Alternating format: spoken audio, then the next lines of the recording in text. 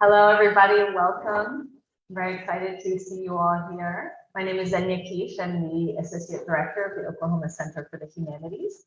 And we are very excited to bring you some more of our terrific programming tonight. Keen to welcome Professor Michael Madison to Tulsa, Oklahoma to talk to us about open knowledge and its promises and perils. Let me first just briefly introduce the Oklahoma Center for the Humanities. We are a longstanding organization here based in the University of Tulsa. Our mission is to foster and support community-based programming, conversations, and other forms of work that really emphasize the public humanities, bringing our distinctive tools from the humanities and social sciences in particular to the urgent questions and challenges of our day. We organize every year around a central theme, which this year is freedom. And so we have nearly weekly public programming coming up, a really exciting calendar for you for the rest of the year. We also run an annual seminar, which draws together faculty, students from the University of Tulsa, and a number of public fellows who come together and they meet every week and really think about our central theme from a whole bunch of different directions and invite various guest speakers to come and engage with their work and ideas. And we have a number of larger initiatives in the works, so keep an eye out on our website. We've got bigger events like the Switchyard Festival coming up later in the spring. So we really see ourselves as a vibrant interface between the work we do here on campus and our public partners and communities in Tulsa and beyond. So let me just very quickly mention a couple of our upcoming events and invite you cordially to visit us both here for our weekly public talks. And then we also have taken up residence downtown in the Zero Center for Arts and Education in the Arts District. So on the ground floor, we have our gallery space. And we have a bunch of really interesting exhibitions planned out for the rest of the year. And we also are having a number of events, talks, musical performances, and other sorts of things going on at Zero, including our First Friday programming. So next Friday, September 23rd at 5 p.m., come join us at the Zero Center for to see Nashville-born, North Carolina-based musical artist Florence Dorr, who's going to come and give us an interesting musical performance combined with a live talk on rock and its roots. And then following that, Thursday, September 29th, we're bringing in sociologist Gershon Aviles, who's going to be talking about the Cold War and the question of queer liberation. And then come back to Zero in early October. We're going to have a 2-month-long exhibition in our gallery space on the musical legacies of the Dust Bowl, kicking off with some programming on October 7th and 8th, a series of public talks and some musical performances, thinking about Oklahoma music and its longer histories, as well as the histories of musical technologies that have supported and that growth and spread of our musical culture from the 1930s onward.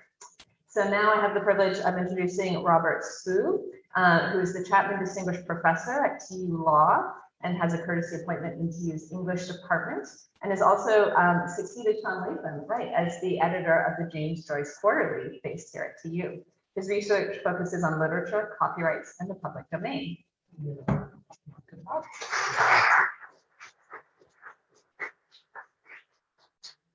Thank you so much, Xenia. And you know, this is what it's all about. I had the great privilege this semester of being one of the Oklahoma Center for Humanities Fellows. I have dreamed of that. Actually, it's a dream that was deferred some time because I tried to, some of our colleagues in law who have preceded me in this role of being a fellow, sort of law fellow on that, really had a great time with it. I think it's been going on 7, 8 years at least, and we've had terrific themes. This year is a capacious theme of freedom, which is always, the themes are always wide, embracing themes, and it can take in so many different sorts of perspectives and disciplines and so forth. And I'm also, again, when I say this is what it's all about, when I look out over, I'm not quite so sure, I welcome the virtual visitors as well, but I look out over this group and I see students, I see law students, I see A&S students, I see faculty from law, I see faculty from the arts and sciences, I see attorneys, I see federal magistrate judges, and as I say, this is bringing this together is what the OCH and I think TU is all about. And I see a provost of the University of Tulsa, and he's welcome as one of the newer arrivals here. Michael Madison, Mike Madison, somebody that I have been trying to get to the University of Tulsa for about 3 years now. We had it all worked out in the law college. He's going to be one of our Chapman speakers, which I try to bring in on a fairly regular basis. And of course, pandemic happened and things happened. And this was also something deferred, but we're delighted now to have Mike Madison back, who is professor of law and John E. Murray faculty scholar at the University of Pittsburgh's School of Law. He is one of those people whose work I read all the time. I myself am very interested in the interplay between intellectual property and what we call the public domain. Sometimes it's called the commons.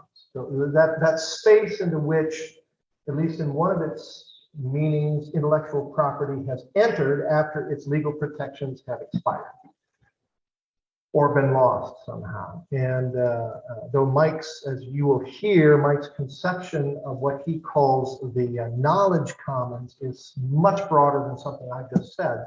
We have a lot of overlap and interest there. He has become not only a great spokesman for copyright issues, intellectual property issues, he teaches copyright, trademark, and IP and technology law at Pittsburgh. And he writes on these things too. He has over 50 law journal articles. He has several books, 2 of which with Cambridge University Press recently have been devoted to the knowledge commons. And I think in the second iteration of this thinking in the medical knowledge commons, which I find particularly interesting here. He has simply influenced a lot of us, including my colleague Betsy Rosenblatt, and who is here tonight. And we're just so delighted to have him here, both for TU's sake and for OCH. So let me introduce Mike Madison.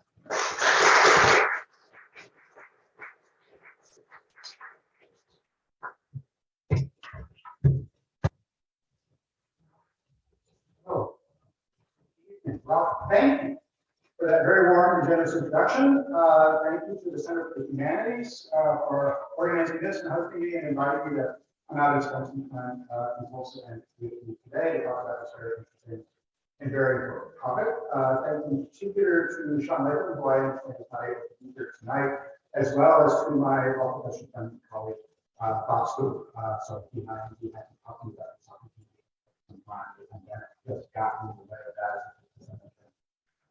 So the theme of the center's programming this year, as I understand it, is freedom, which is a pretty broad and potentially broad topic. Where does freedom come from? What does freedom mean? To whom? What does freedom do if it does anything? I suspect most of us thinking about freedom start by thinking about people. I could call this sort of freedom of the body, freedom from obligation, freedom from limitation, constraint, freedom from bondage, freedom to do things, freedom to choose, to live, to move, to work, to associate with other people. I'm going to talk about a different freedom, freedom of the mind, and more specifically about freedom when it comes to knowledge, freedom when it comes to information, freedom for information, freedom by information, where those come from, what those mean, what they don't mean. And where some important conflicts are right now, and what we might do if we can do things about that. In the American legal tradition, the American political tradition, this is associated with freedom of speech and freedom of association, freedom of conscience. Though I'm not really going to focus on classic First Amendment sorts of things, I'm going to focus instead on knowledge and information in other ways. And I'm going to leave the freedom of the body mostly to other people at other times. Now, I was a practicing lawyer for about 10 years in San Francisco and Silicon Valley before I became a law professor. And by training, I am mostly, as Bob said, a copywriter. So my way into talking about freedom and information is mostly to think about art and creativity, freedom in fiction, freedom in fantasy, and relationships among those things and truth. and knowledge. It was all part of a very, very large package. And I'm going to make my way into the topic with some specifics, with some background. I'm going to talk about freedom relative to what copyright lawyers and business people sometimes call content. Free stuff, books, movies, music, TikTok, Wikipedia, things that teach us, things that entertain us, and so on, and the places where that happens, both offline and online, not to mention speech. Talking about entertainment, computer software, which is part of this, the internet, also part of this is going to take us into some unexpected places with some very fundamental topics about the nature and origins of knowledge and information and what it means to be free. We are swimming right now in unprecedented amounts of free stuff, open stuff. Open and free are very closely related, but not exactly synonymous. But we think about the open internet as having a big moment. The problem, to put it bluntly, is that it's making us terribly, terribly unhappy. Right? Free stuff is actually not making society better. Free turns out to be incredibly problematic. To make our way through the lecture tonight to thinking constructively about that. I'm not going to give you a how-to kind of set of solutions for the problems, but hopefully I'll leave you with some one or two constructive, novel ways of thinking about what can be done and what we might participate in doing. So let me dive from the background into where I'm headed. So I'll start with a cliche. Information wants to be free. Back in 1994, almost 30 years ago, at the dawn of the era of the commercial internet, John Perry Barlow used that phrase, information wants to be free, in an article in Wired magazine. The phrase was a clever piece of rhetoric. In other words, he was making an argument. Barlow argued that conventional intellectual property law, copyright law, patent law, had no place on the internet, because IP law had been created centuries ago in a universe defined by Newtonian physics, which meant a world defined by scarcity. One more for me means one less for you.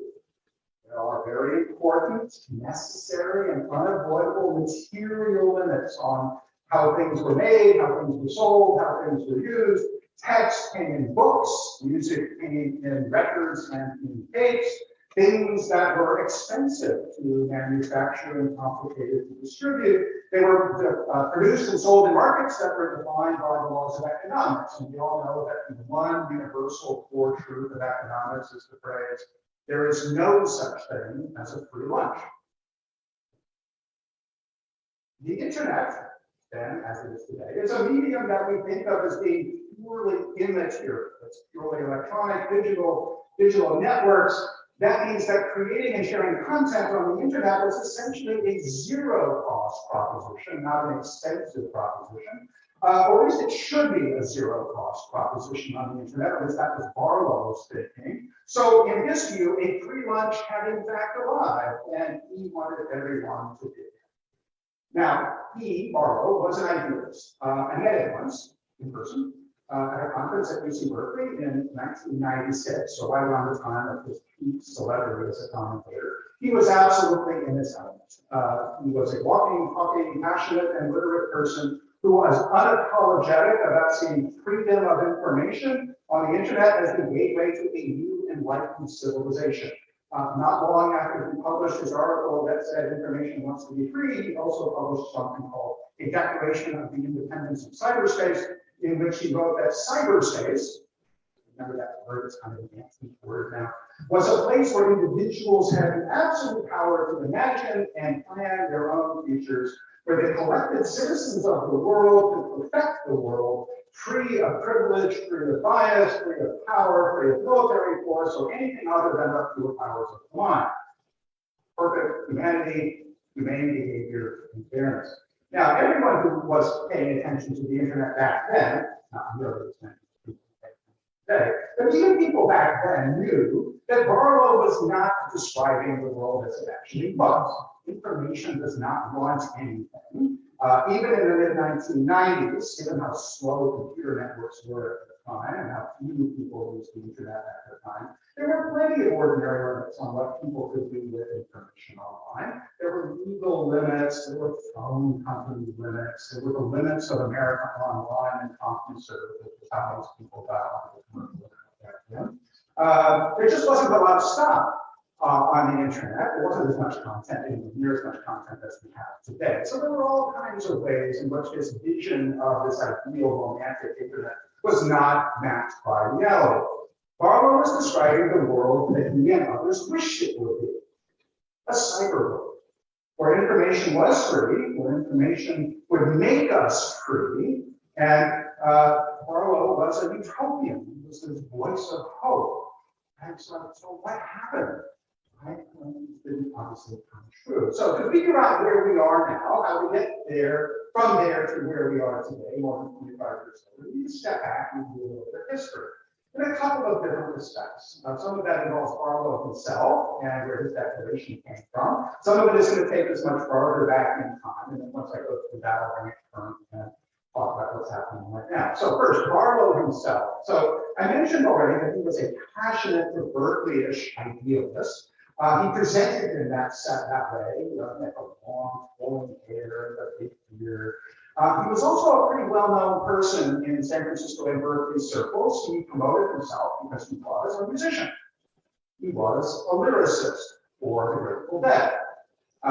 He made a point in his speeches and his articles of linking his declaration for the independence of cyberspace and the phrase information wants to be free to the culture and the spirit of the Dead, to the world's greatest jam bands, to Jerry Garcia, to tie-dye t-shirts, to the free love and free culture spirit of the Summer Club in San Francisco, and everything that came after it in the late 1960s and early 1970s. So freedom wasn't just about freedom of the mind, with reason taking the place of power. It was a freedom without limits, right? Freedom for everything, all the time. And I mean that most literally. Some of you may know the Grateful Dead were famous for encouraging their fans to bring tape recorders to live concerts, permitting their fans not only to record the concerts, but then to swap the tapes for free. Within the fan community, even today, you can go to a website called the Internet Archive, internetarchive.org, where all of this free concert footage has been saved digitally, and you can listen for free all the time, hours and hours of music. So freedom was a really, really big deal in that field. Now, that detail and detour is important because even though Barlow and his allies were making this argument about freedom and openness, it was a big mystery. It was a big mistake.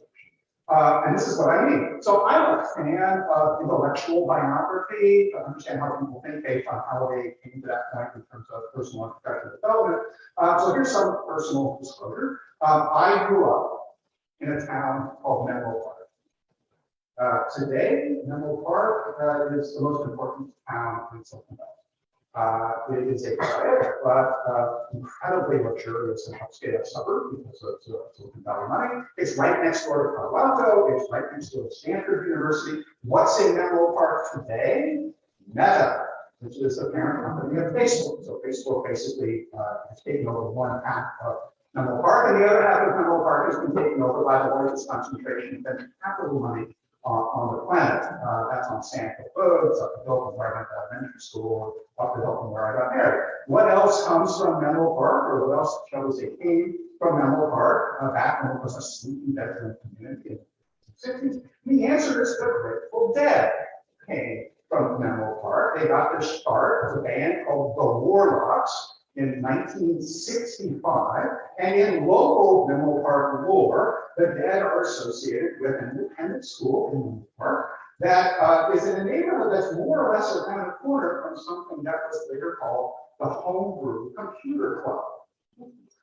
The band, by the way, also hung out in a different part of Menlo Park at a house that was where Ken Kesey lived. You might remember Ken Kesey from the Electric Fluid Acid Test and One Flew Over the Cuckoo's Nest. And that little Ken Kesey corner of Menlo Park was around the corner from my parents' house when I was born. All of this was happening in the back. It's completely oblivious to it. So Menlo Park has a cluster of different neighborhoods. Anyway, the Homebrew Computer Club. In the mid-1970s, The Home Computer Club was a group of guys named Steve. You may have heard of these guys. Steve Jobs and Steve Wozniak and some of their friends started the Homebrew Computer Club in a little storefront in Menlo Park in 1975. And one thing led to another, and eventually it became Apple Computer, and the Apple Computer Company led to the personal computing revolution. So you have to understand in Menlo Park, in one corner of this neighborhood, you have the Grateful Dead, Tie-Dye, Jerry Garcia, Jam Band, Free Culture, and Free Everything, and then literally a half a mile away, not exactly at the same time, but close enough that we'll do this exercise. You've got the origins of what is today Silicon Valley, the most productive and prolific, controversial, but no less wealthy, technology center on the planet. We've got freedom and we've got capitalism co-inhabiting this one space in town where I grew up. So cyberspace, freedom of information in cyberspace was always part of a mix that blended art, freedom, and business, technology, the marketplace. From the beginning, and Stanford academic, Stanford scholar named Fred Turner has written about this at great length in very, very persuasively. Freedom of information, freedom of knowledge, what freedom does to all of us in the content domain, owes its origins, owes its complexity as much to the origins of Silicon Valley, how information started to generate and circulate in businesses and in corporate and capitalist markets, as it owes those origins to Berkeley and San Francisco and the theology of freedom that Barlow is so heavily associated with. These are two halves of an integrated phenomenon. They're not two separate things operated completely independently. So one more step of historical context for what Barlow was talking about. That point, information wants to be free, wasn't actually original. Barlow, who was a very clever guy, he was a lyricist for the Grateful Dead. His business was trafficking in poetry and music. I think he was intentionally making an argument that was invoking the greatest philosopher of the French Enlightenment, Jean-Jacques Rousseau. So I'm going to take us a couple of centuries further back in practice for a moment. You might remember Rousseau was Swiss. He divided his time mostly between Geneva and Paris. His most important philosophical contribution for my purposes tonight was in the work called The Social Contract, published in 1762. Which begins with the immortal line, man is born free, but he is everywhere in chains. And there's a direct line from that, correspondence from that statement by Rousseau to the actual French Revolution and French revolutionaries, the later part of the French Revolution, the Declaration of the Rights of Man and Citizens, which begins, right, men are born and live free and equal under the laws. So Rousseau was partly philosopher. He was also a political organizer, right? He was actually actively trying to energize what was happening in France and in the rest of Europe at that time. He was trying to construct the idea of a legitimate body of the will of the people, free and equal citizens, in an environment that was taking a monarchy, hierarchy, prestige, feudalism, all of the wisdom of the ages that had built up the old order of Europe, and take that and push it out right on the French Revolution to get rid of all of that stuff. And we need to constitute a legitimate body of free citizens, and that was Rousseau's project. Out with feudalism, out with economic hierarchy and bias, out with status based on how or where you were born, as opposed to what you were capable of. Freedom for Rousseau was primarily freedom of the bond. It was primarily being able to move about and associate with others, and engage in business, feed your family, and so forth. But there was a link, even in his work, to the freedom of information free network, right? He was a passionate advocate, Rousseau was, of democracy, direct democracy, small d democracy, not representative democracy, but direct democracy. And that functions well only in a body of citizens who actually have the capacity to learn, to know, to choose, to act. So freedom of information was part and parcel of this program. And it wasn't just Rousseau, although I highlight Rousseau. There's direct connections in the works of other Enlightenment philosophers, David Hume, John Locke, who we will see comes back in the story of Peril. They're very much on the same page in terms of the underlying spirit of the Enlightenment being a commitment to freedom of knowledge and freedom through knowledge. Once those are collected, that enables people to be free. So knowledge and information, freedom of knowledge and information are both processes, which is how we get where we're going, and they're also the destination, which is in a sense freedom of individuals and freedom of their community.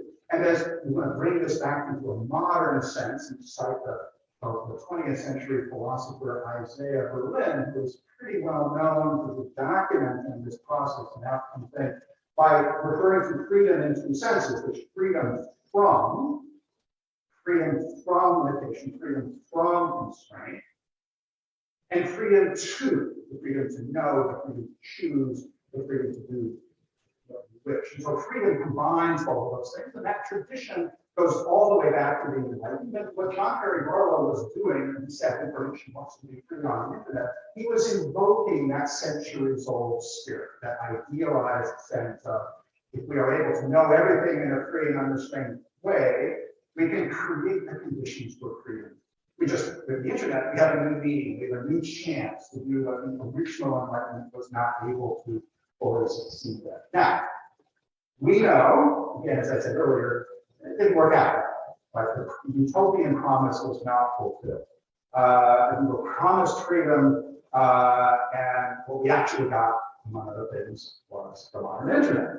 Now, formally, right? There's a lot of free stuff out there. Formally, we have democratic institutions which formally function to allow us to participate in make decisions that participate in our own freedom, online, offline, and so forth. But substantively, whether it's movable type in the 15th century, the personal computer in the late 20th century, the internet in the early 20th century, we accelerate the expansion of free knowledge and information, but we continue to fall short in various respects.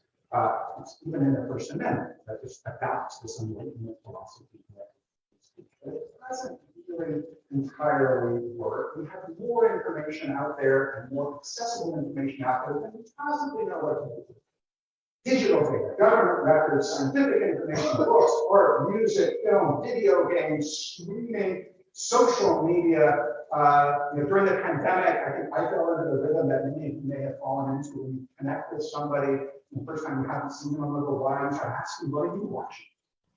Right? And it's an exhausting conversation because there's so many things to choose from, whether it's film or TV or streaming, and not to mention what might be on YouTube or on Spotify. We're overwhelmed. We don't have scarcity in that physical and sense. We've got abundance. We've got tons of stuff open and free. It's easy to create, easy to access, easy to share. But of course, more has not made us smarter or better, either individually or collectively. There's a good case to be made that information has not made us free. It's not really cost-free if you take into account all the social costs that come with it. And we have today not just challenges, we have crises. We have crisis of truth. We have crisis of trust. Who we trust? Can we trust each other the tradition we might have? We have challenges of trust in terms of governance, in terms of expertise and expert authority. We even have challenges and crises of trust in trust. So some of you know something about blockchain technology. The people who promote blockchain, they say the whole value of blockchain is that it takes trust out of the equation. We can have safe financial transactions where nobody trusts each other because the software will take the place of trust. It's a little crazy, but that's what they say. Very interesting. So it turns out that the Enlightenment itself was more complicated than the theology of freedom might suggest.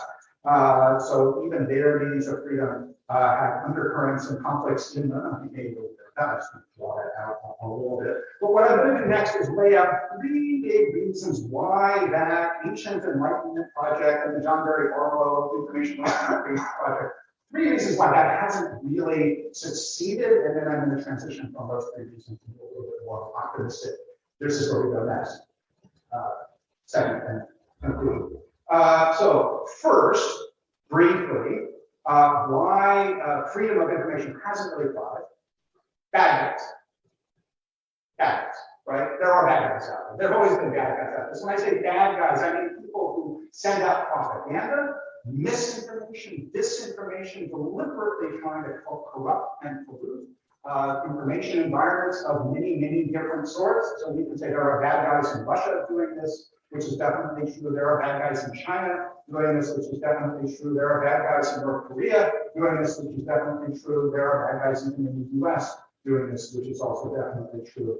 Right, so the idea of propaganda, hacking, espionage, cybersecurity threats of many, many sorts. The technology has changed. The patterns of bad guys doing bad things in the information environment obviously go back centuries. Government, state-sponsored things, private actors, organizations, rogue people, and so forth. There's a lot of that out there. There's a lot of debate about exactly what to do about it, how to find them, track them, do about them, and so forth. So even that conversation can get complicated by the fact that lying, that's the bad guys are out there lying to us in a variety of things. Lying is actually okay sometimes. This social lie, when somebody says to you, well, how are you feeling? I feel fine. I might not really feel fine, but I'm not going to do a whole medical account. Nobody wants to hear that, even on friends, right? So a little bit of social lying like that uses social relationships in a way that's perfectly acceptable. At some point, of course, we cross lines out of that space into something that is actually harmful to ourselves and to others. But that means that we have to kind of take apart social relationships and conversations and larger systems to figure out what's going on. We've got troll farms in other countries, misinformation, disinformation campaigns. I'm not going to belabor all that point. It should be pretty evident that that's out there. It has been out there for a long time. The pace of it, the speed with which it happens, and the kinds of damage that it can cause have ratcheted upwards. The stakes are a lot higher in an era of international computer networks than they used to be. At the University of Pittsburgh, I sometimes work with the former U.S. attorney for the Western District of Pennsylvania, who part of his tenure as the U.S. attorney there was to really prioritize cybersecurity investigations, espionage cases, primarily involving Russian and Chinese hackers who were trying to get into industrial networks in Western Pennsylvania in particular, working closely with the FBI. Very scary stuff. So that's one. Why isn't the freedom of information saved and made us all free? One, bad guys are in the way. Right? Two, resistance. Right? Resistance. And this resistance comes from a variety of sources. Right? Revolutions always bring resistance of different sorts, right? The American Revolution, the French Revolution, there's always somebody who doesn't like what they think might be coming. They're threatened by it. Resistance might be passive, resistance might be active, resistance might be violent. There's always kinds of resistance. Purely peaceful evolution from an earlier era to a modern era is relatively rare prior to the 20th century. Some information might be worth more than other information. Right? So one source of resistance is the idea of secrecy. Secrecy and privacy. Now, secrecy and privacy are really, really important things in many, many senses. Right? A lot of value in secrecy and privacy, but of course, many people use secrecy and privacy for sinister reasons, or selfish reasons. Even in an ordinary, everyday sense, that we're all swimming in privacy. How many passwords do you have? For your bank accounts, for your health records, for your email, for your social media, for, I probably myself, I think I got about 150 of them, so I got one of those password manager programs to keep track of them and keep them secure. That's a wise thing, have a password manager. But it just gives you a sense of how fundamental privacy and secrecy has become. Right? That's a source of resistance, maybe good resistance, but sometimes in the extreme bad resistance to this idea of free and open information. Oftentimes, what's secret or private in today's information world comes as a surprise, right? How many times do you install software or find something on the internet that's a long list of terms and conditions, you skip through it because nobody reads the terms and conditions, and you click OK to install whatever it might be or to download whatever it might be. You'd be interested to know that a lot of those terms and conditions that you ignore, but which are not legally binding on you, have stipulations about you're using secret or proprietary information. Surprise. Right? The world is full of more secrecy than you might have imagined. Right? Second source of resistance after privacy is good old-fashioned power and money. Right? Good old power and money. So actually, my example for the power and money resistance to free information is actually the university. Now, that's a paradox. I love universities. I love the history of universities. I love the idea of universities. We sometimes, instead of in the university, we stereotype universities as bastions of free inquiry, exploration, and sharing knowledge. But, of course, if you look closely at most universities, you see a long, long history of hierarchy, power, privilege, elitism, exclusion. Right, the best example of this, everybody's favorite punching bag for this idea, of course, is Harvard. Now, I went to Yale, but so I'm happy to punch at Harvard. And Harvard is a magnificent historical institution that has an enormous amount of good in the world. But if you want, you cannot find a better example of power and privilege in the world than Harvard University. Right? Its endowment now is what, something like $45 or $50 billion. It costs well over $70,000 per year for undergraduate year. It's crazy in a sense that we have entrusted so much of the ideology of free and open inquiry about the modern world to an institution that is literally defined by ID coverage. We'll come back to the university, but I just really, really like that the turning of university illustration kind of on its head. Right? Third source of resistance after power and privilege is infrastructure and opportunity. Right, so if free information is going to make us free, that assumes that people have the capabilities of making productive use of that information. Do they have the time in their worlds? Do they have health, safety, security, fundamental prosperity that allows them to turn their attention to questions of how to learn? If they are able to learn, do they have the educational systems equitably provided and richly funded to actually allow them to train and learn as young children all the way through the rest of their lives so that they can participate intelligently in all of these conversations in which information is supposed to make us free? Do they have opportunities to be educated? Now, so even to ask such a simple question, people have an opportunity to be educated, ask some massive question about history and equity and economics and government funding and public education and differences between different parts of the US, not to say differences between the US and all other countries around the world. The Enlightenment was a great thing, this ideology of freedom and free inquiry and rational knowledge use. And so it was great if you were in a French salon in Paris. It was a great thing if you were in a coffee house in London. It was a great thing if you were in a pub in the early colonies and early American states, because that's where educated people gathered and shared information, and newspapers were passed around. People learned from one another. But if you were out in the rural parts of the early American experience, if you're out on the frontier, if you're a French peasant, if you're an Eastern European serf, if you're a smallholder in the rural parts of England, not so much, right? You were not really part of this movement of free education. Now, educational systems, as they became more broadly available, public education in different forms in the early 1800s onward, were fundamental to changing the conditions of opportunity, but very, very incompletely. And I say public education, not only at the lower levels for primary education, all the way through higher education, public universities, and all that in the US, through state-sponsored education. Barlow, remember the internet, the information wants to be free, the cyberspace is an independent place. He is largely making a claim about the internet as a kind of information infrastructure, right? The fact that the internet will be everywhere, the internet is fast, the internet is cheap, will give people access to information that's faster, more democratically distributed, less expensive than an old style how you learn information, like buying books. Are expensive. They come from New York publishers. We don't like New York publishers. Universities are exclusionary and expensive. We're skeptical a little bit about universities. Telephone companies, but we hate relying on telephone companies. We've sort of lost the thread of how awful we used to think telephone companies were. Remember how you used to have to time your long distance phone calls to points in the week when the rates went down and suddenly became affordable across the country. Phone companies were big barriers, publishing big barriers.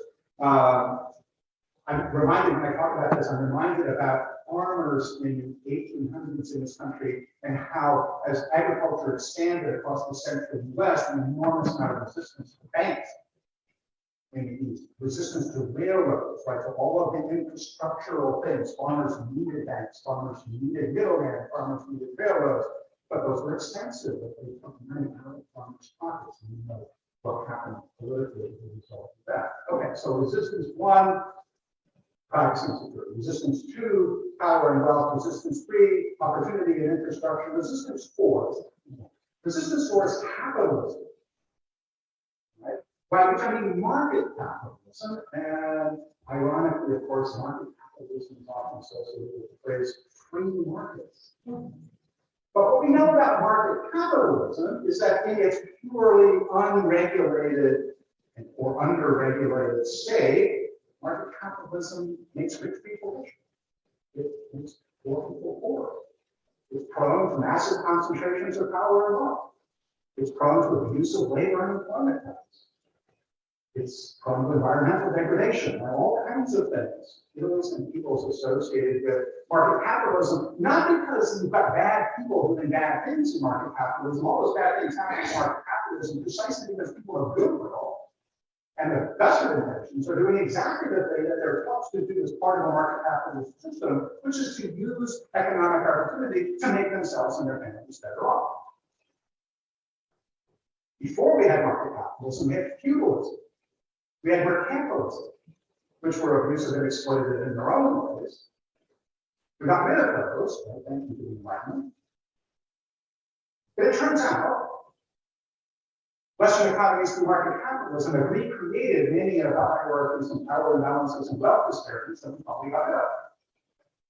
Marx, problematic in many respects, but in this respect, he absolutely got this right. But Marx wrote during the English Industrial Revolution at a time when the forces of market capitalism in England were concentrating industrial production in factories and turning labor, the conditions of the working person, into an absolutely horrific experience. Today, right, we don't have, in most parts of the US, most parts of the world, still some, we don't have those horrific working conditions, but we have kinds of feudalism, and we think of either this in terms of information feudalism. We are, as information users, consumers, and creators, dependent on large economic entities in a purely capitalistic sense in ways that we often aren't fully aware of. Right? Imagine going through life today, turn off your cell phone, turn off access to your email accounts, turn off all of your dependence on electronic resources and networks of all sorts, everything. Go back to living life the way many of us lived it in the 1970s and 1980s. Is it theoretically imaginable? Sure, many of us live that life before we did. Is it functionally doable? Could you actually function in modern society by turning everything off? Think about it. Really, we are dependent on those big tech companies in ways that really difficult to us. Okay. So this is getting to be kind of the long sources of resistance. I do want to turn it towards the end to some more positive things and talk about my stuff as well. So I'll just be very brief with a couple of things on this. Next source of resistance, copyright. Copyright. Right, so it turns out that the Enlightenment, for all of its philosophical commitment to freedom and openness and national thought, the Enlightenment philosophers love property. They love private property. And of course, when they thought about private property, they were mostly thinking about land. So the idea back then was that private property rights in land for ordinary people on a lawfully distributed basis, right? People could own land, free and clear. That meant that there was social power, political power, and independence for the people that was separate from their dependence on the king. Right? The king, the whole point was to get rid of the idea that the king owned everything. Instead, the people were the owners. And property was the source of the people's wealth, the people's power, and the people's freedom. Because that descends to us today in very, very strong commitment to individual property rights, and it bleeds over from land as the source of all power and wealth to the idea that information and property information, namely copyright often, is the source of independence and wealth for ordinary people today. And the hinge, the philosophical and conceptual hinge between that Ownership of private property as the basis for freedom for ordinary individuals to property land to property information is often regarded as the philosopher John Locke, part of the English Enlightenment, who was very, very famous, and especially famous among copyright lawyers like us, for having come up with what is conventionally referred to as the labor theory of values. The idea is that as an individual, you own your own body, you own your own time, you own your own expertise, but you invest that in the raw materials of the earth, you plant seeds, you harvest apples, right? By investing your personality and time and effort with the raw material of the land, you own the product. Right, so you can see how that maps pretty quickly from land and agriculture to being a composer or an author or a sculptor or a painter. It's not a perfect match. In fact, there's a lot of problems with it, but it's intuitively, it makes pretty good sense. And of course, the moment that you introduce private property into an economy of circulating free information, the information isn't quite so free anymore, right? Lots of people own lots of it, and not just because individual authors claim that they own individual books. Today, especially, think about complicated, big projects like computer programs or feature films or streaming video games. We literally have hundreds, if not thousands, of people participating in creating these complicated things. Right? So we would say, as copyright lawyers now have learned to say, that the information economy, which was meant to be free, Peril, has become enclosed to a significant extent. And that phrase, enclosure, is specifically designed to invoke a historical movement in England in the 1700s, by which there had been common lands in England were enclosed, the enclosure movement and enclosure acts, as by Peril. So there's these parallels in terms of private property rights that have stood in the way for centuries of this idea of freedom. The last thing I need to mention in terms of the sources of resistance before freedom shift back in the positive direction is the idea of freedom itself, the idea of progress. Right? Free information was supposed to make us free. In the US Constitution, the idea of copyright is very explicitly linked to the idea of progress. Copyright is supposed to exist. It enables society to progress. What does that mean? How do we know when we get there? How do we know when we're on the right path?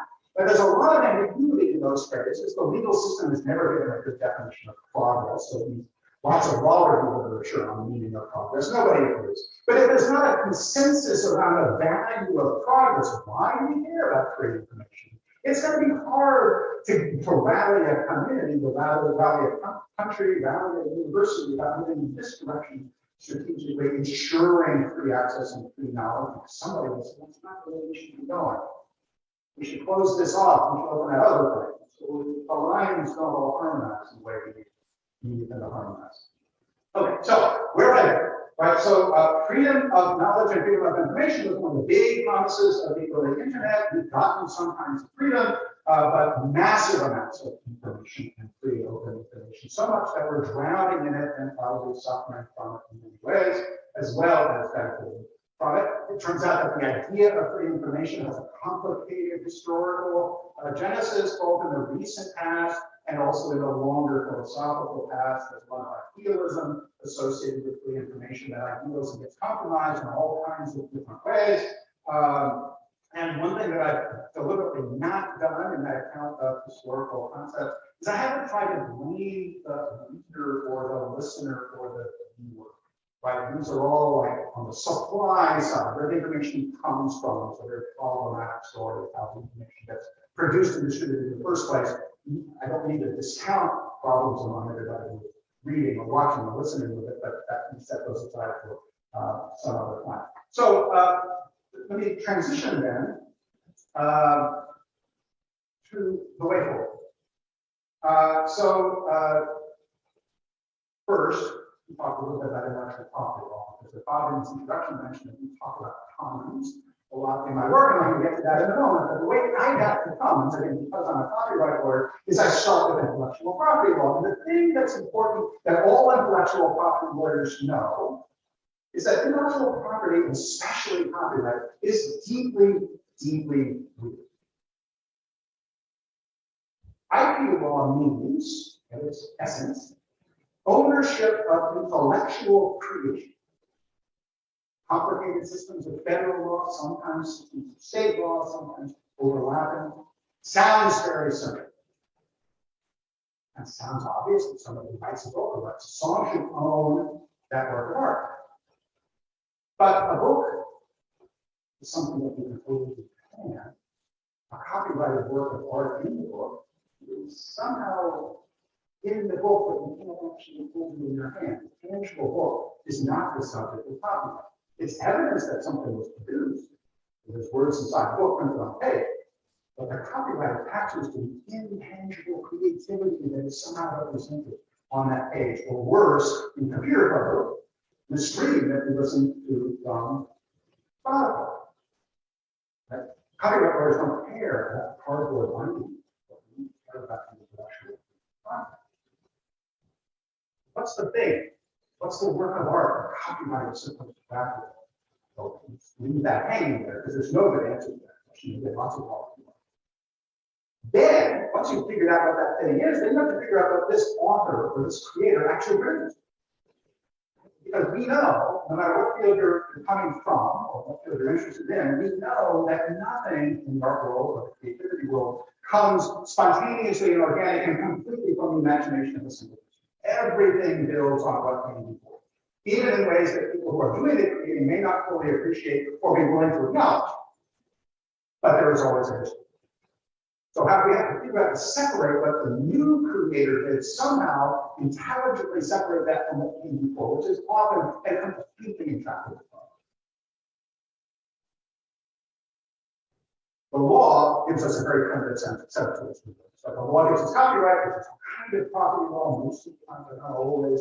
Property law is a very, very rough instrument for trying to analyze the problems that I just described.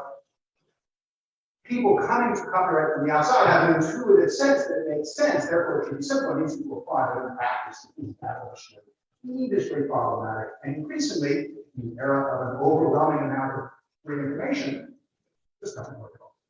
It's not that we should throw copyright out, not arguing that for a moment, but that it is not the right lens, not the right perspective with which to attack all of this stuff. I'm going to take this idea of limits. Right? The public domain, the public domain is when copyright ends. Copyright expires.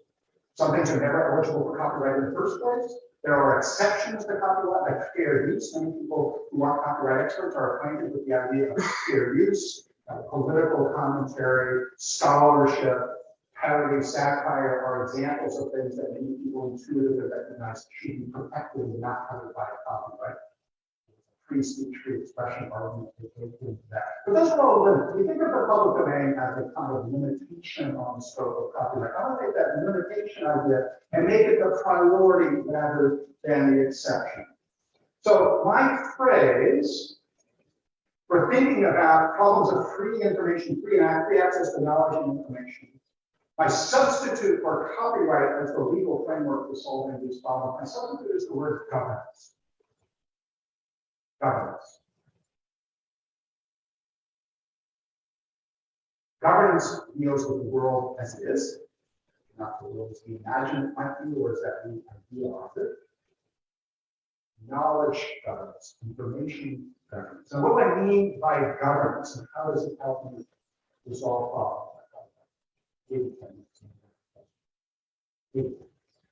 Governance means rules, sets of rules, systems of rules, emphasis on systems of rules. Sometimes formal rules, sometimes informal rules, in different settings. So you've heard the phrase, maybe corporate governance. But corporate governance is a species of governance for managing companies. Political governance, right? Political institutions, legislatures, executive branch, courts, judicial systems, these are all examples of governance of public sector interests and the rule of law. Governance might be micro and small. Think about family dynamics. You've got histories and traditions and informal practices in your family. Why do you have governance in your family? Well, people don't always get along. Surprisingly enough, in families, people need to make plans for the future. Governance helps us resolve conflicts when people don't share exactly the same vision. Governance helps people collaborate and move forward in complicated spaces. So my point is that information does not want to be free. Information wants governance, or more precisely, people encountering information want to impose and develop governance to use that information. It's not that people want property rights, people accept property rights. Property rights can be part of governance, but we have to take a step back and think about the larger system of which property rights are a part. So in the case of copyright and copyrighted stuff, we have to figure out where the governance comes from, what the governance consists of, where the good governance is happening, where the bad governance is happening. This is often a very nuanced, research-based, scholarly project, so that's what I've been doing myself in the last 15 minutes. I'll give you an example in a moment. But it's also possible to do this in an everyday sense. It's important to be able to translate some of the things I'm talking about into a more usable, non-expert space. Let me give you a very, very quick example of what I mean by governance and how it helps us understand what's going on in a big, abundant information space. Right? One is, again, my favorite example sometimes, the university, the concept of the university. The university is a magnificent example of information and knowledge governance. Number one, it's old, right? The original universities in Italy and in France go back literally 1,000 years. The university obviously has evolved in enormous ways and purposes, scale, type, style, and so forth around the world, around the US, and so forth. No two universities are exactly alike. But the whole point of the university is to create an environment where people can get together, develop knowledge, document knowledge, curate knowledge for generations, and transmit knowledge to the next generation, students and scholars, and so forth, with all of the complexity and limitations that come with faculty governance and departmental politics and elitism and exclusion that I mentioned earlier on when I was harping on Harvard as an example. But all of those are systems of rules and social norms, practices that we're all acquainted with if you're inside the academy, practices that you're likely to critique if you're not inside the academy, but they're kind of a shared body of the way things work in the university. And the reason I pick on the university is that it has, in fact, been magnificently successful over a long period of time in doing what it was originally designed to do, which is to generate knowledge. And translate academic scholarly knowledge into popular use in a variety of ways. The second example I want to use of governance, and governance is a better way of thinking about complicated information problems, is Wikipedia. But probably, for many purposes, the single best example of governance on the internet taking the place of pure freedom or pure property rights as an example of complicated sets of rules that actually help us see a really useful, complicated, free information and knowledge resource. Wikipedia is not perfect by any means. It is full of errors, but there's some research that suggests there's no more worse than errors than traditional encyclopedias. Plus, we get Wikipedia for free. Wikipedia is crowdsourced, right? In theory, anybody can become a Wikipedia contributor or Wikipedia editor. So that ideology of free opportunity, free access is very powerful. But under the hood, if you study Wikipedia, look at how it actually works behind the scenes, there are rules, there are hierarchies, there are systems of social norms. There is copyright in Wikipedia. Wikipedia could not function effectively if you did not have a good set of copyright licenses. So copyright and Wikipedia are really interesting sort of partners in this idea of governance. Wikipedia is not freedom being productive or freedom run amok. Wikipedia is a system of information governance.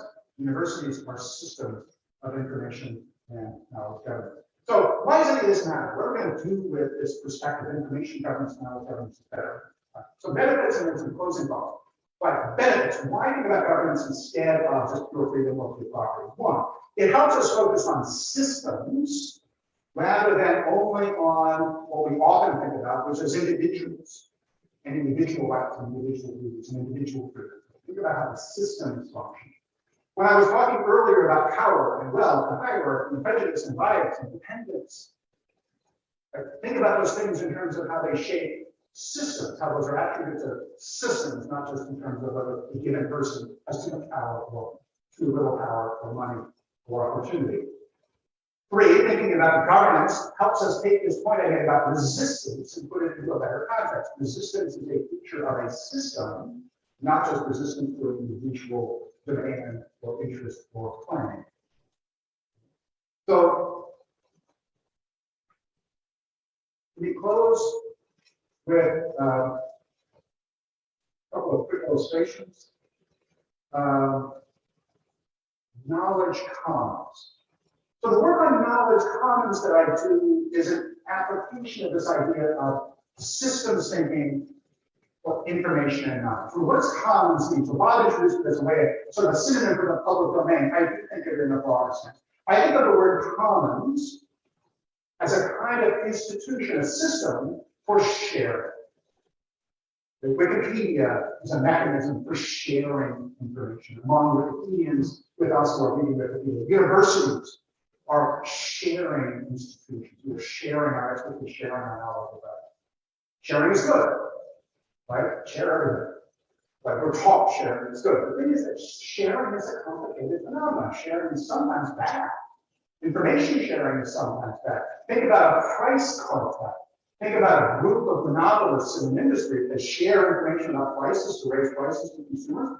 Boom, that's an antitrust violation right there. So sometimes data sharing or information sharing is a bad thing. So my point about knowledge governance and knowledge commons is we need to study these information sharing governance environments. What makes them tick?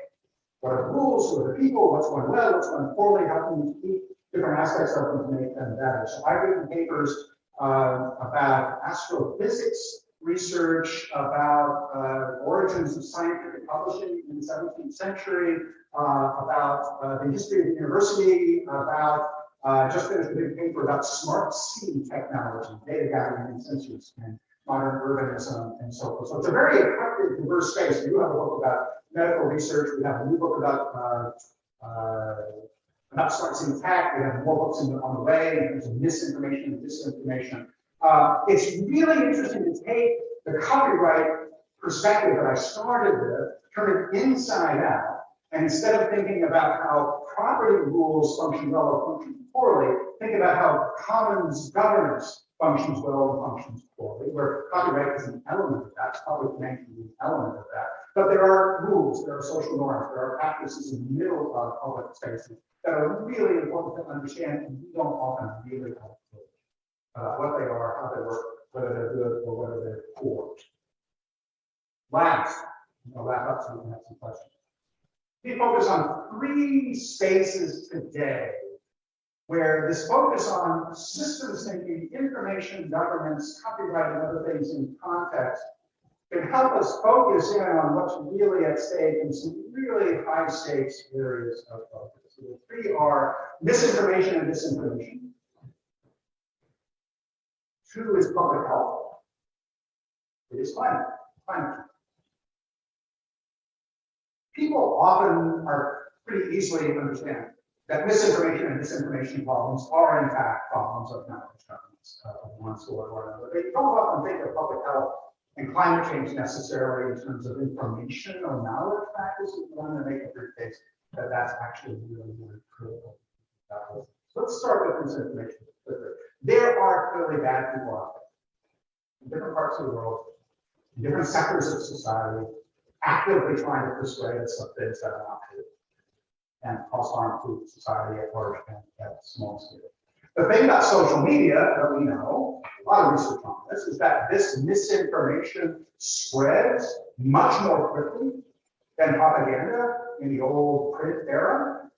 Right? Just click like, forward a Facebook post or something, and instantly that message of misinformation has been replicated and transmitted onward and onward and onward. Right? So we should, with misinformation, you should find the bad guys. You should filter out the bad guys. We have effective public policies to encourage internet platforms to deal with misinformation on those social media environments. That's a really, really hairy and complicated problem. It is not, however, the totality of the solution because it is not taking account of the entirety of the system in which misinformation is spread. What's happening, in my opinion, and this is informed by conversations I've been having with my colleague at the University of Pittsburgh, who is an awesome historian and student of society and culture, is that misinformation campaigns are filling a kind of information vacuum in our experiences of ordinary life. So many of us listening tonight are old enough to remember the era when public information, the news, was a kind of shared experience, right? There were a handful of newspapers in a given town, there were a handful of TV stations in town. You got your news from a standard number of sources, you shared it over the back fence or over coffee at work and so forth. And there was a kind of what Autonomous would call a kind of public sphere that was generated in the 20th century, especially the later part of the 20th century. We were all basically on the same page in terms of what was happening in the world. And many of them invoked the name Walter Cronkite. That's a certain generation of people who could embody. Walter would sign off every night with the line, that's the way it is. And you kind of took them for it. That was hierarchy, power, and all that novel and so forth. But there was a coherence to it that helped. Right? You could have debates, liberal, conservative, right, left, whatever you wanted to do, good movies, bad movies, everybody was kind of in the same kind of shared cultural space. That has disappeared, right? For economic reasons and cultural reasons, helped along by the internet, but also helped along by things like the demise of shopping centers, which no longer, big department stores no longer buy big display ads on Sundays for the newspaper. The display ads in the Sunday paper used to pay for the expenses for all the rest of the week. When the department stores don't buy the ads, the newspapers can't make their budget, boom, no more newspapers. That's a very simplistic story, and there's more than a criminal truth in it. But the point is that we don't all read the same newspapers every day. We don't all watch the same news on the TV station anymore. We want that shared experience. We're not going to be fed it, we're going to create it. And misinformation campaigns and misinformation content is largely filling that gap. People are creating governance around this information in a harmful way. But how do you recreate that shared cultural knowledge practice? You can't recreate newspapers. Business model doesn't work. How do you create that common body experience? That's the question that we should be asking, not just how to find the bad guys. Right? Public health.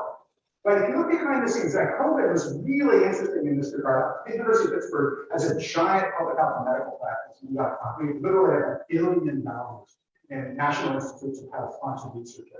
Big enterprise for us. So I know when COVID began, early 2020, that the public health communities around the world launched into sharing mode full board.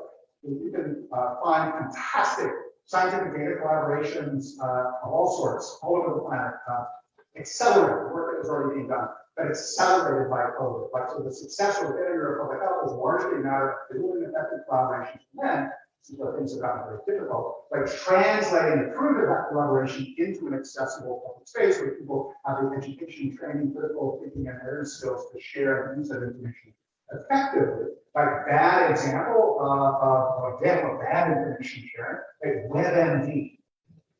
Right, the ability of medical providers and insurance companies to take massive amounts of clinical medical data and put it on the internet for all of us to self-diagnose without teaching us what to do with that information has caused enormous harm. Some of you might have seen John Oliver's special on HBO talk about the harm that law and order has done to the criminal justice system by wrongfully changing expectations about the way criminal processes actually work. Right? Something similar has happened with, not that the WebMD people have been misinforming us, they've been actively trying to accurately inform us, but without any of the apparatus that we need to make sense of what's going on. And not to say climate change, everybody at this point, we all know what the science says, we all know what we should do, we are not doing it, and the reason is that we haven't built the information governance and knowledge sharing mechanisms to get actionable information as we say out there in the world. So last thought. What do we do? What do we do? Now, I will say that throughout all of this, throughout all of my research, I am basically an optimist. This was possible to be really despairing about all this stuff. But I am an optimist. And here's why I'm an optimist. Optimist about the idea of freedom, the idea of free information, the idea of governance being effective, commons governance being effective in the knowledge information space. Not in the sense that John Perry Barlow said that information will make us free because information should be free, but in that sense, I'm optimistic that we can figure this out.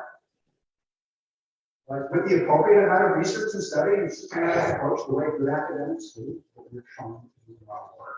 Like we can learn how open and free and abundant information environments function. What makes them weak, what makes them strong, what helps them speed up when they should be speeded up and slow down when they should be slowed down. Who should participate in decision making and how those people get into their roles and responsibilities. I spent 15 years doing this. We've got decades of work ahead of my colleagues. We all know we're in the academic space, but the big challenge and the important things to do is recruit the next generation of scholars. There are the questions that we begin ourselves. We don't have all the answers, but I'm going to start with one thing. Kind of a bookend to my story about the Great Dead and another talk. It's a different way of seeing how knowledge and information systems function despite what seems to be the simplicity of the population.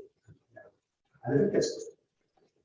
I've lived in Pittsburgh for close to 25 years. You already know that I'm not a native Pittsburgher.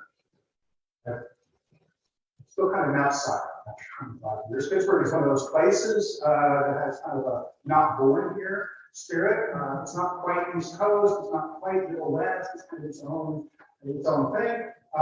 Pittsburgh is a place that, as you probably know, Pittsburgh had spectacular economic success during the 20th century. Pittsburgh turned out the structural steel that built bridges, it built steamships, it built battleships, it built skyscrapers, and then in 1982 and 1983, the steel industry in Pittsburgh just went. We went from a nominal amount of unemployment to 20% unemployment in the region overnight. Hundreds of thousands of people lost their jobs, moved away. The city was were around and aware of what was going on at the time. It was a catastrophe, economically speaking, and in terms of urban situations that this country has never otherwise seen. Or worse than anything that happened more recently. So I arrived in Pittsburgh in the late 90s at a moment when the psychic scars were still very raw. The city was just completely catatonic. What do we do next? There's no know. To this day, Pittsburgh has gotten marginally better. I'm starting to figure out. But the interest in Pittsburgh, in cities like Pittsburgh, a lot of post-industrial former Rust Belt cities, how do we move forward? How do we restore growth? How do we restore population growth, economic growth, prosperity, health, and so forth, sustainability for our population? How do we achieve opportunity and equity? Right? So there's a whole gamut of things. How do we clean the air? So really make sure we have we clean the rivers, which are thankfully much more than a lot of that is ordinary bread and butter, but the bread and butter isn't getting us very far very fast. And the reason is that the bread and butter ordinary that in public policy are tweaking the levers at the lower levels of ordinary government, as well as governments. So the progress towards a better future for Pittsburgh is very slow. It's very incomplete. There's a lot of frustration at all levels of the community. We've got lower taxes. We've got incentives for new business. Those are kind of standard things. Really work very well. We've got tourism campaigns. We've got the promise that our rich universities, University of Pittsburgh and kind of will save us because, of course, sexy technology is always so it doesn't a lot of sexy technology. The problem, though, is that in information governance terms, Pittsburgh is not a community. It is not an integrated community. It's not a place where everybody in the region, roughly speaking, identifies as one place with shared interest in moving forward. It just isn't. And if you know Pittsburgh, if you know the city, that might come as a surprise, because Pittsburgh is one of those places that has this ideology or history or mythology, really. But being a place that has a lot of community spirit. And Pittsburgh, people love Pittsburgh. They've got that family history and so forth. And the truth of the matter is that people love their neighborhood. They love the local little ethnic association that they grew up in. They love flies and things. They love a lot of different specific things about Pittsburgh. It's very little. We love Pittsburgh, and we all want Pittsburgh to succeed on a macro level. And until that happens, this is my information and number of governments. Until that happens, Pittsburgh isn't really going. So I have a solution. Last point, I have a solution in Pittsburgh. Professional sports. So if you know Pittsburgh, you know that the most successful sports team in Pittsburgh is Pittsburgh Steelers, National Football, 6 Super Bowls. Thank you very much. Not that I have anything to do with it. But people love the Pittsburgh Steelers in Pittsburgh. Even people who don't care about American football. I don't care about American football, but I have a replica Mean Joe Green jersey, and I have 3 terrible pals, and I'm a Slacker. In Pittsburgh, so it's like a civic responsibility to root for the Steelers and for black and gold on Sundays in Pittsburgh. Right? So one thing that actually unites all of Western Pennsylvania is this cultural investment in the Steelers, which is a great thing because it actually binds together everybody in the region. Now, the bad news about that is that it's all historical myth, right? It's all about the fantastic teams that we used to have. Don't watch the team that we have right now. But we do have 6 Super Bowl rings. If you come to the Pittsburgh airport, there's a statue of Franco Harris catching the immaculate reception. Right? There was Washington, Franco Harris there. Pittsburgh to the odds, we have equally important. Right? So the historical focus of this community investment is actually the power that it has. But of course, it holds us back because what my idea is to take that community identity, which is a knowledge resource, it's cultural communion with your fellow citizens. Think about how to attach that to the idea of the future. To a better Pittsburgh, to a more equitable Pittsburgh, to a more prosperous Pittsburgh, to a safer Pittsburgh, to a stable Pittsburgh, to a community that actually knows what it wants going forward. That, I think, that's my definition of freedom. It's assembling the knowledge resources of a community in a way that allows the community to move forward. So if you want to make information better, make the community. If you want to make the community better, make the information better. That's good information. Thanks. Appreciate your attention. Look forward to having some questions.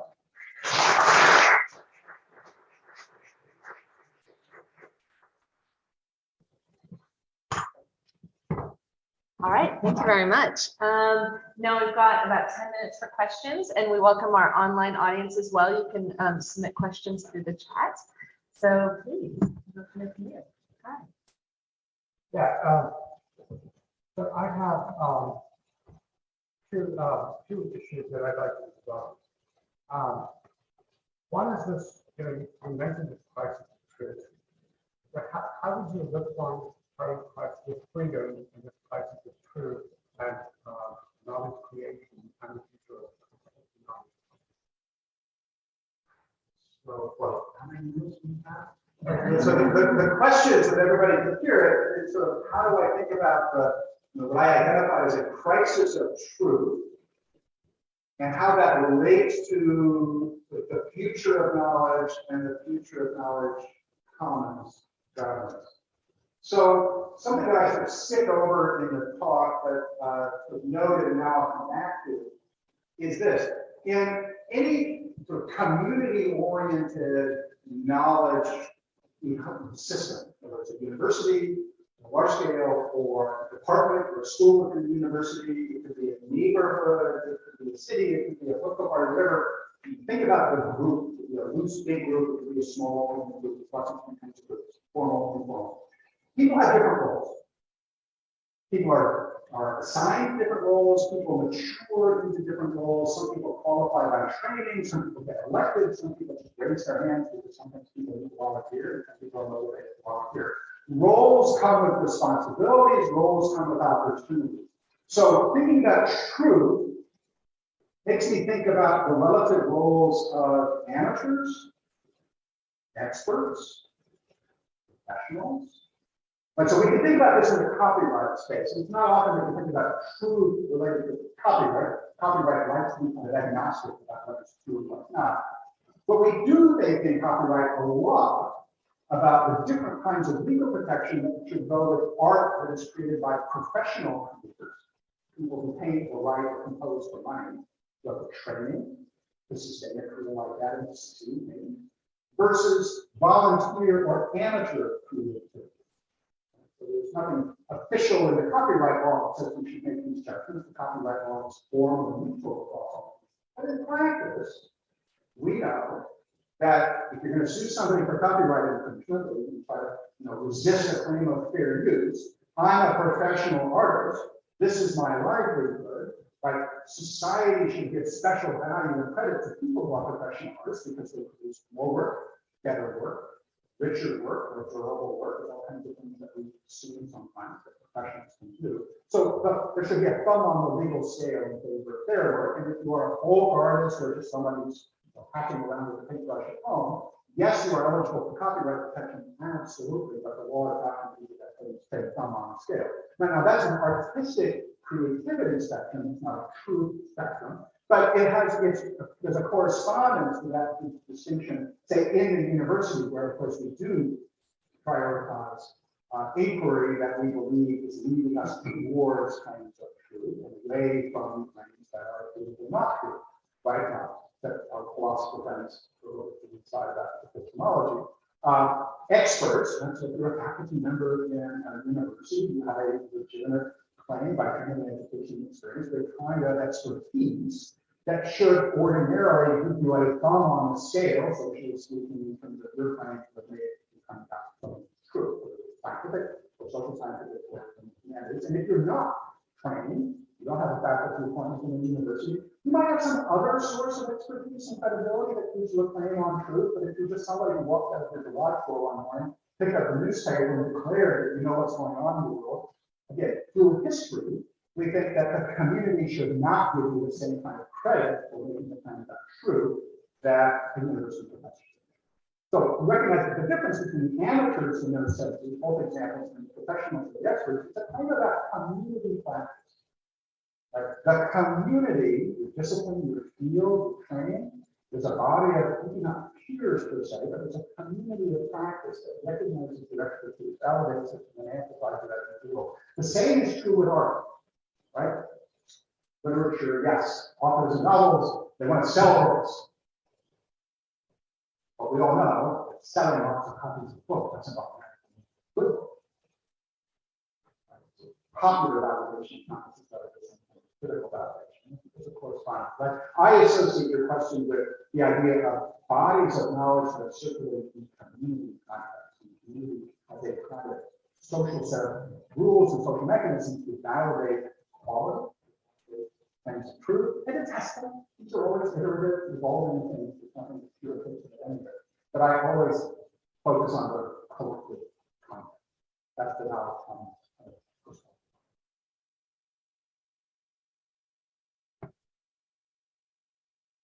I don't mean this politically, but in the spirit of freedom, how do you stay hopeful in current times where there's an attack on education and knowledge in the traditional sense? So that's collective. I mean, not just don't write letters to your congressman or your local representative and so forth.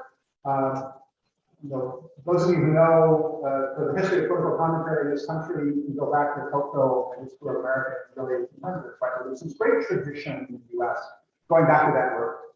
The idea of community engagement, right? So Tocqueville was super impressed by all the community civic activity all over the US. It's very striking thing.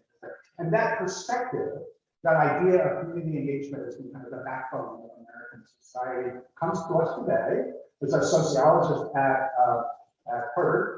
Well, I think that's Harvard. I love Harvard. I'll talk a little while before I move to Pitt. Named Robert Putnam. And if you look at Robert Putnam's work, the most famous book that he's written for kind of popular consumption, it's a book called Bowling Alone.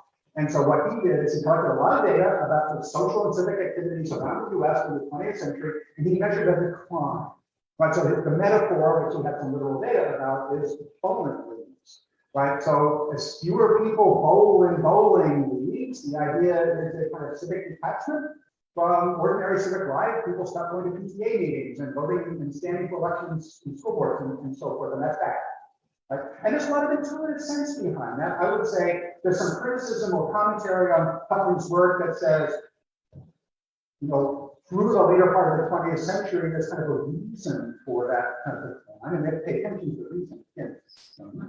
And the reason is that sort of advocacy and civic engagement stopped being as much a member of, are you a member of the Rotary or the Lions Club or the Bowling League? And it became much more of, did you send your donation into NPR and get a vote back?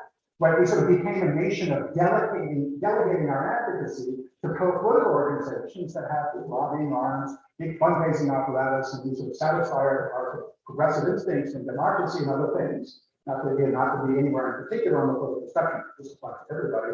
But if you send in your check to the ACLU, you've done your bit, which is a very different model than You go to the ACLU meeting with someone, sign up for a committee, rally your neighbors, host the coffees, like, you know, do all the things that I was a political organizer before I went to law school. I was driving around Iowa. In the farm world, I was looking for those in the government farms.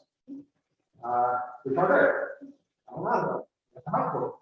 But that was, you know, but that kind of tactile door-to-door, kind of get with your neighbors, do stuff, that's what's missing right now. So, you know, the knowledge commons research teaches me that when you look, like I find spaces, research spaces, historical examples, Wikipedia is a brilliant example of this, where people are willing, now they have to have time, that's work.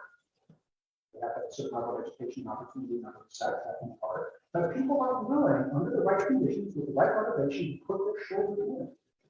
Right? So if we want to, you know, restore public funding for education across the whole spectrum, higher ed all the way down to pre-K, that would be maybe the most significant non-climate related public policy innovation that we could make.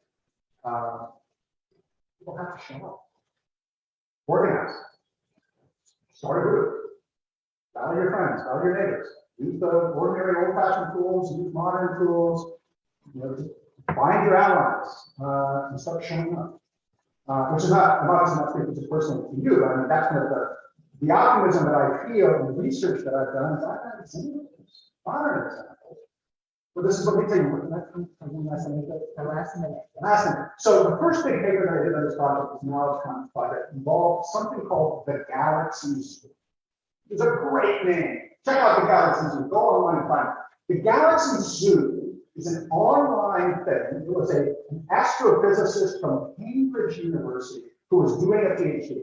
And his PhD involved classifying a massive data set of galaxies. It had all this data. We have these observatories all over the planet. So he gathered all this data, and he needed to classify, stay right or stay left, like 20,000 galaxies. You're going to do this by hand, one at a time. You have to look at every single image, and it was going to take him like 15 minutes. A little long for a PhD. So he, with his supervisor, had the idea that he could write a little program, put it on the internet, put the data set on the internet, teach people as volunteers to show up, look at the picture, test it against the model, push left or right. Like they did this. They called it the Galaxy Zoo. The most famous astrophysicist in England signed on as a kind of public PR ambassador. You know the most famous astrophysicist in England? Brian May, who's the guitarist for Who. He's a great guy. He was a big investor for this. They got the classification job in 3 months. That's not the best answer. The guy's got a faculty member in Zurich. The best part is that they had thousands of people turn up who wanted to play the Galaxy Zoo. Some of them got so motivated by this, they went to graduate school and they got their own PhD.